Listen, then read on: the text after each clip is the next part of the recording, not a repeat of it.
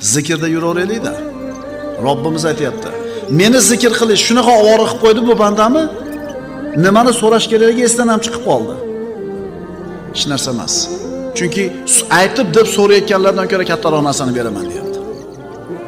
Ya'ni agar Allohning zikri, Allohning toati sizni mashg'ul qilgan bo'lsa, odamlarga xizmat qilish, haloyiqqa foydam tegsin degan narsa sizni band qilib qo'ygan bo'lsa, Alloh aytayaptiki, ey banda, sen meni rozi qilishing bilan ovora bo'l.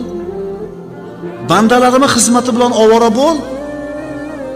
Sen so'ragandan ziyodasini beraman. Alloh taolo aytadi: "Ey banda, sen men uchun men xohlagandek bo'l.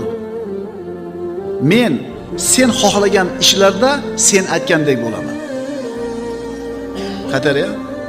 Ey odam bolasi, sen men uchun men xohlaganimdek bo'l.